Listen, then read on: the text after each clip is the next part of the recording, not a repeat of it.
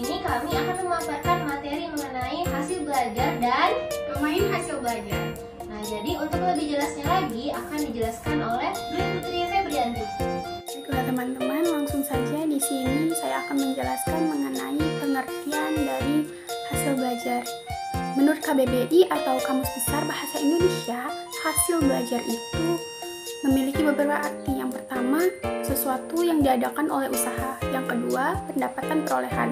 Sedangkan belajar adalah perubahan tingkah laku atau tanggapan yang disebabkan oleh pengalaman. Jadi, hasil belajar adalah kompetensi atau kemampuan tertentu yang dicapai oleh siswa setelah mengikuti proses belajar mengajar melalui keterampilan kognitif, afektif, dan psikomotorik. Baiklah, di sini saya akan melanjutkan pemaparan materi dari Dwi Putri Febrianti. Nah, teman-teman, jadi di sini ada beberapa pengertian dari ahli mengenai konsep hasil belajar. Jadi yang pertama itu ada Jamarah dan Zain. Nah, jadi menurut beliau itu yang dimaksud hasil belajar merupakan sesuatu yang telah diperoleh setelah mereka melakukan aktivitas belajar. Nah, yang kedua ada menurut Hamalik. Beliau ini mengatakan bahwa hasil belajar merupakan terjadinya suatu perubahan tingkah laku atau sifat pada diri seseorang yang bisa diamati dan juga diukur dalam bentuk pengetahuan, sikap, maupun keterampilan. Selanjutnya, faktor yang mempengaruhi hasil belajar. Di sini itu ada dua faktor, yaitu faktor internal siswa dan faktor eksternal siswa. Nah, untuk di dalam faktor internal siswa sendiri, itu dibagi menjadi faktor fisiologis dan faktor psikologis.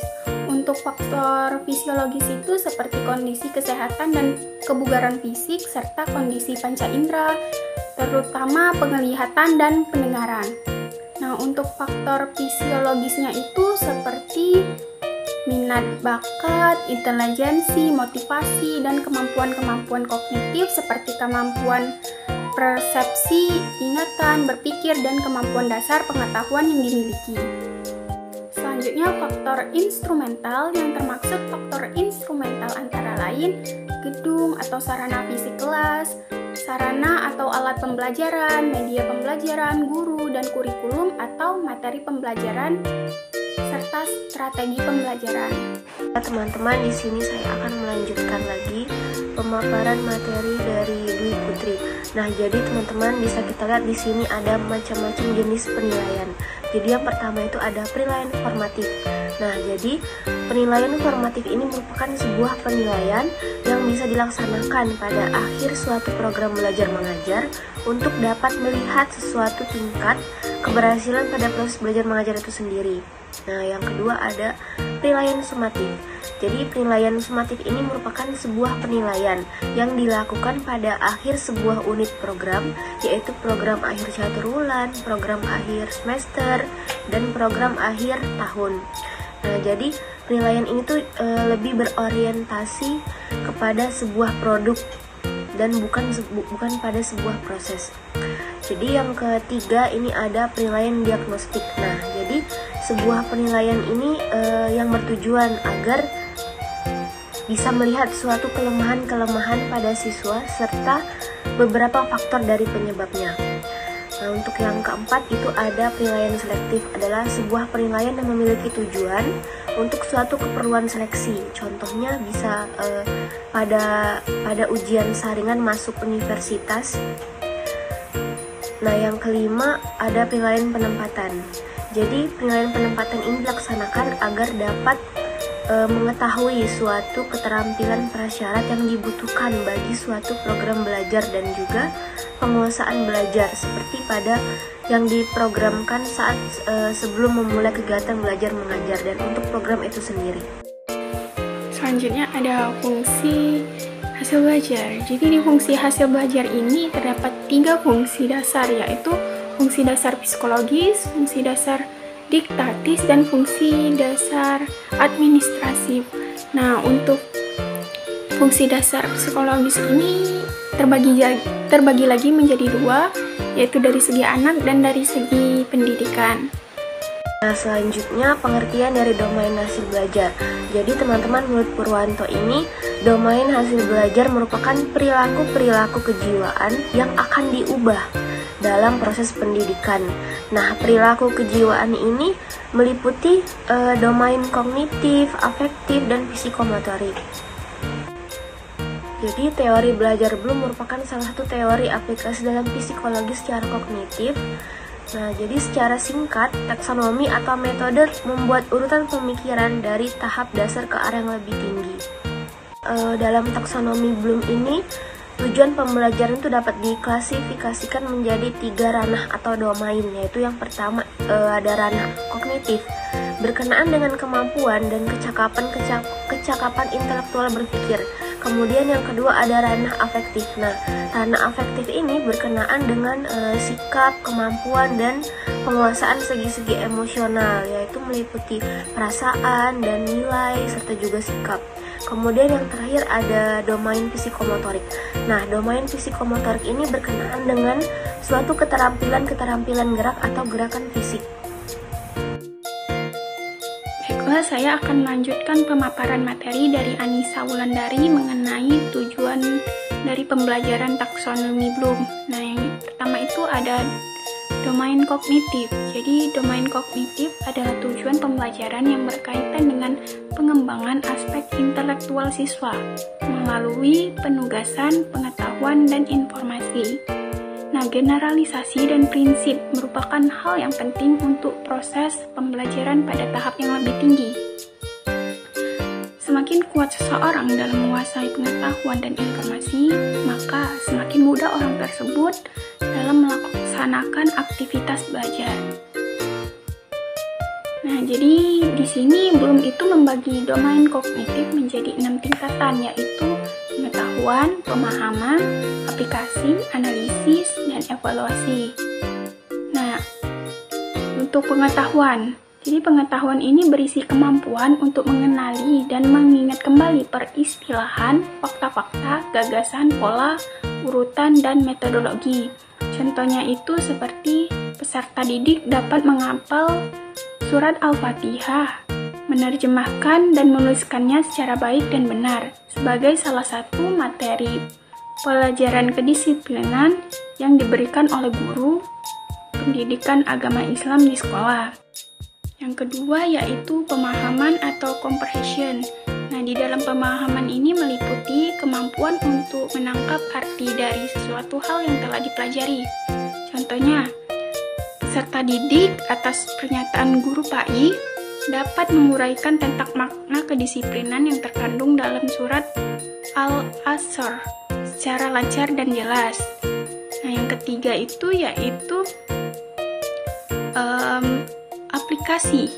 Nah, di aplikasi ini meliputi seseorang mampu menerapkan suatu kaidah atau teori dan teknik menyelesaikan masalah yang ada pada kehidupan nyata, pada suatu kasus atau problem.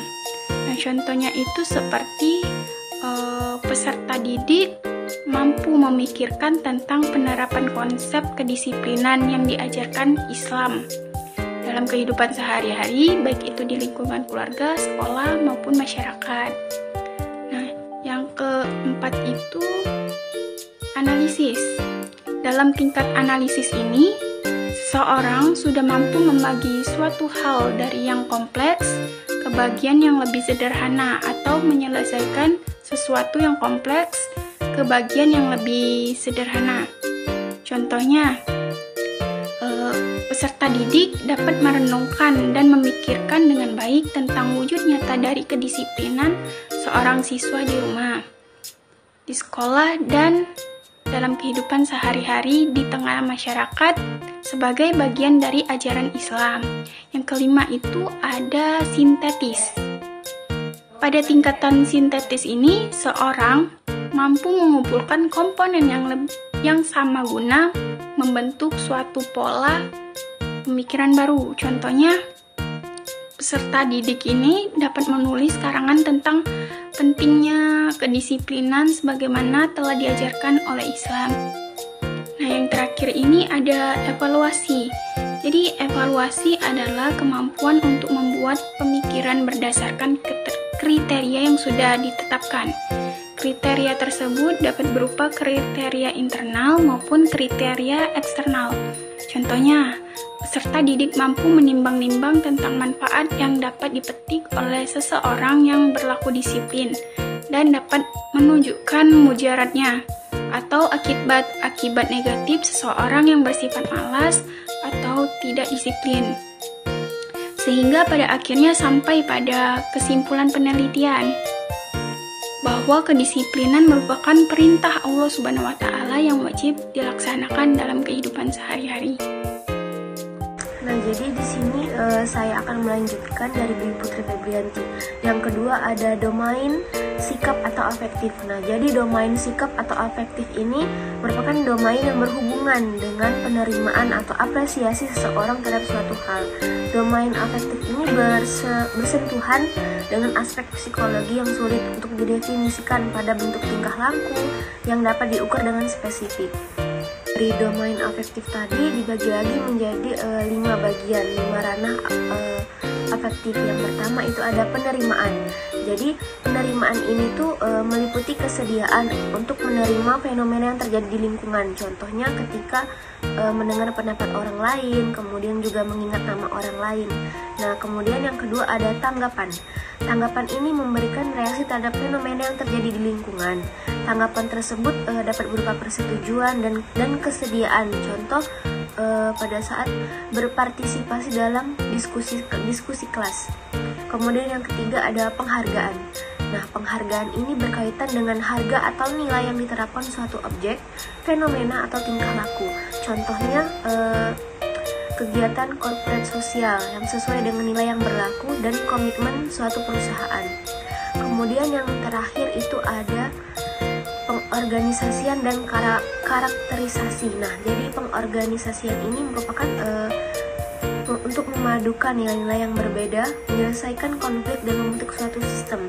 Contohnya pada saat kita menyepakati dan menaati etika profesi, mengakui perlunya keseimbangan antara kebebasan dan tanggung jawab. Kemudian yang terakhir ada karakterisasi. Nah, karakterisasi ini mengacu kepada karakter dan daya hidup seseorang. Nilai-nilai ini sangat berkembang sehingga tingkah laku menjadi lebih konsisten, ada hubungannya dengan karakter pribadi, sosial, dan jiwa, dan kemampuan mengendalikan perilaku berdasarkan nilai-nilai yang dianut, dan serta memperbaiki hubungan interpersonal. Untuk contohnya, ketika kita menunjukkan rasa percaya diri ketika bekerja sendiri, kemudian juga kooperatif dalam aktivitas kelompok dan lebih mudah diperkirakan. Kak, saya lanjutkan ke Dwi. Baik teman-teman, selanjutnya ada domain yang terakhir yaitu domain psikomotorik.